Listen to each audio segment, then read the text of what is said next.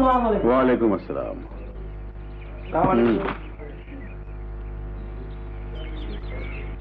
রাজা,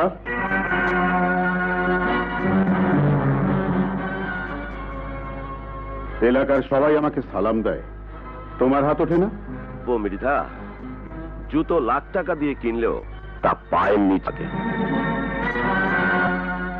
মানুষের অবস্থা পাল্টালেও চেহারা পাল্টায় না, আর চেষ্টা করলে সবকিছু ধুয়ে মুছে ফেলা যায় না। তোমার বাবার দাদা এক সময় আমাদের করছিল, তোমার মুখের দিকে তাকালি কথাটা মনে পড়ে যায়, আর তখনই আমার ডান হাতটা জমে পাথর হয়ে যায়। আর জমে যাওয়া হাত বাড়িয়ে যখন আমার থেকে টাকা নাও, ওই হাতই পালকের মতো হালকা হয়ে যায়। টাকাটা তো ভিক্ষে নয়, বিনিময়ে আমিও তোমাকে কিছু দেই। সেদিনও শেষ সম্বল ভিটে বাড়িটুকু আমি তোমাকে লিখে দিলাম। রাজা, আমার বাবার দাদার বাড়িতে কাজ করত, আর সে বাড়িও নেই, গ্রামও নেই, সর্বনাশা পদ্মা সবই টেনে নিয়ে গেছে।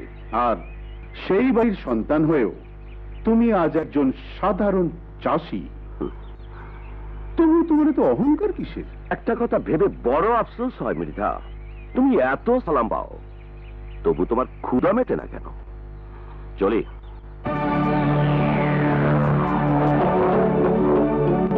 দেহের ক্ষুধা বড় অল্পতেই মেটে রাজা, কিন্তু মনের ক্ষুধা সহজে মেটে না।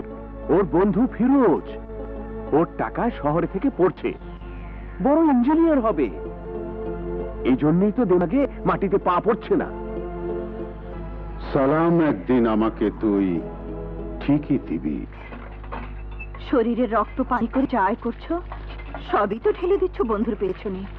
ধার দেনা তো হলোই, বাড়িটাও বন্ধ রাখলে। আচ্ছা, এটা কি ধরনের পাগলামি? যাও, তোমার সাথে কোনো কথাই বলবো না।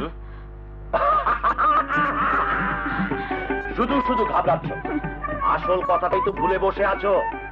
কেন তোমাকে বলিনি সাথে নাসিমার বিয়ে দেবো? তখন হবে আরে মজা, বন্ধু থেকে এক লাভে ভগ্নিপতি। কথা ছেড়ে দেখো। বেশি হয়েছে না, বয়স বাড়লে কি হবে? তোর চরিত্রের পরিবর্তন হলো না, কোনোদিন হবেও না। আমরা চাচা ভাতিজা চিরকাল একরকম থাকবো। তোর জন্য একটা সুখবর আছে রাজা। বলেই দেখ না। আমি পাস করেছি।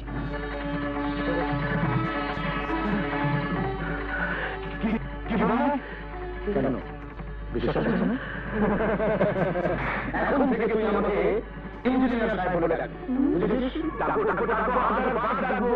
আজ আমার কত আনন্দের দিন।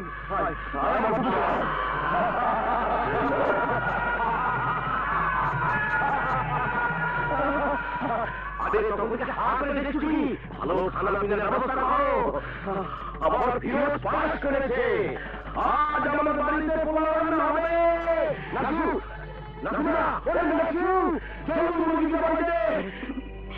কি রে, এখন এখানে দাঁড়িয়ে আছিস? কি বলে গেল শুনিসনি? আর দেরি নেই, সময় হয়ে গেছে। এবার দেখা যাবে কত ধানে কত চাল।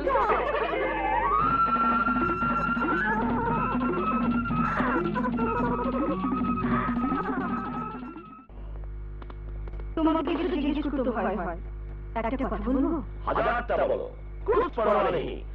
আজ আমার মনটা খুব ভালো। নাসিমের বিয়ে ঠিক করলি?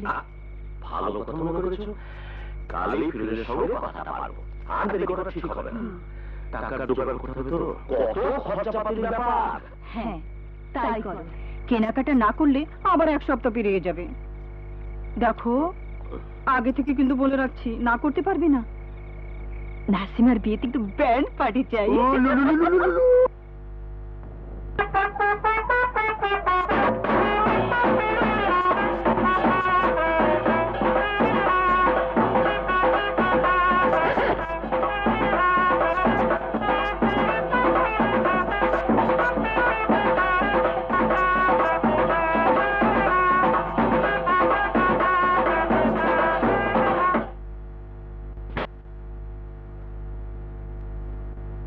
সালাম না হয় নাই দিলে, বাড়িতে মেহমান এলে বসতে দিতে হয়, সেটাও ভুলে বসে আছো? সেটা পরে বিবেচনা করা যাবে। তার আগে আমি জানতে চাই, ঢোল বাজনা বাজিয়ে হঠাৎ আমার বাড়িতে উপস্থিত হবার হেতুটা কি? তার আগে মিষ্টিগুলো রাখো তো রাজা, আমার হাত ব্যথা করছে। মিষ্টি? কিসের মিষ্টি? কি মুশকিল, বুঝতে পারলে না? বাজনা বাজিয়ে মিষ্টি নিয়ে কারা আসে? শাদির পয়গাম। মানে মৃধা সাহেব বলুন না। রাজা, ফিরোজের সাথে আমার একমাত্র বোন আলেয়ার বিয়ে দিতে চাই। আমি জানি ফিরোজ শিক্ষিত ছেলে, তবে আমার বোনটাকেও কাজ চালিয়ে নেওয়ার মতো লেখাপড়া শিখিয়েছি। দুজনকে মানাবে ভালো। তাছাড়া যৌতুক হিসাবে যত টাকার প্রয়োজন নেই। ফিরোজকে আমি বিক্রি করব না। এটা বেচা কেনার ব্যাপার নয় রাজা, সম্পর্ক গড়ে তোলার ব্যাপার। তুমি চুপ করো, আমি তোমার সাথে কথা বলছি না। ফিরোজের সাথে তোমার কোনো সম্পর্ক হতে পারে না। কারণ কেউ বাড়ি বয়ে এলে তাকে অপমান করা আমার বংশের ধারা নয় মৃধা। তবুও যদি এতগুলো লোকের সামনে কারণটা আবার নতুন করে জানতে চাও। রাজা, গক্ষুর সাপে লেপা দিয়ে দাঁড়িয়ে আছো, ছবল খেলে সইতে পারবে না। ছবল দেবার আগে তার মাথা গুড়িয়ে দেবার মন্ত্র আমার জানা আছে মৃধা।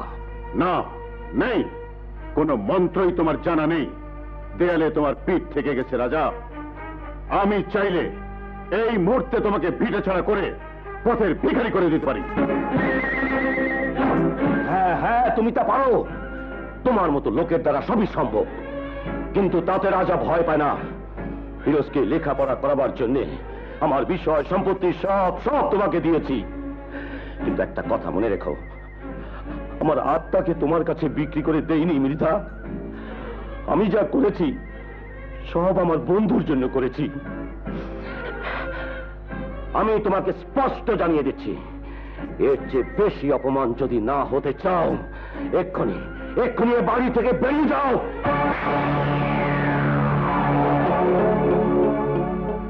আমি তোমার কাছে বন্ধুত্বের হাত বাড়ালাম, তুমি শত্রুতা কিনলে। এর পরিণাম ভালো হবে না রাজা। প্রতিশোধ আমি ঠিকই নেব।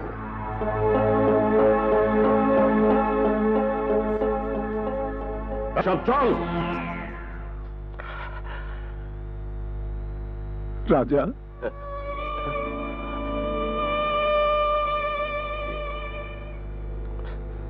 তুই তো আমাকে এসব কথা কোনোদিন বলিসনি।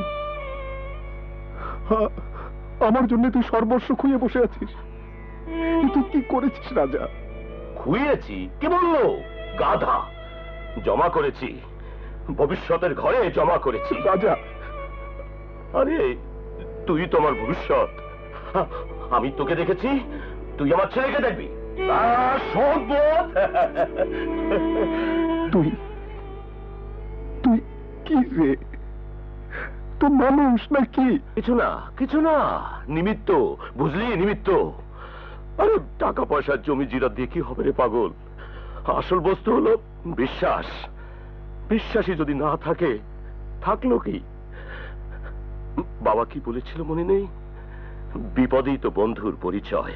সাঁতার জানতি না, পদ্মা টেনে নিচ্ছিল, ঝাঁপিয়ে পড়ে টেনে তুললাম। সেদিন সেদিন তুই যদি ডুবে মরতি, তাহলে আমিও যে মরে যেতাম। রাজা, রাজা, তুই বড় ভালো মানুষ রে রাজা। এত ভালো মানুষ ও ভালো না, তাতে ঠকতে হয়।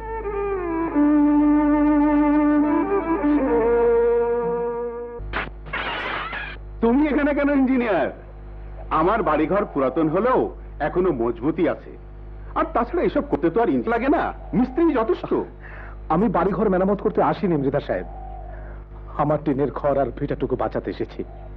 আমি আপনার সব পাওনা শোধ করে দেব, সব। শুধু কিছু সময় চাই। সময়ের অভাব? সময় অনেক দিয়েছি, আর তো দিতে পারবো না। এটুকু আপনাকে পারতে হবে মৃধা সাহেব। দোহাই আপনার, আমার রাজাকে এভাবে সর্বশান্ত করবেন না।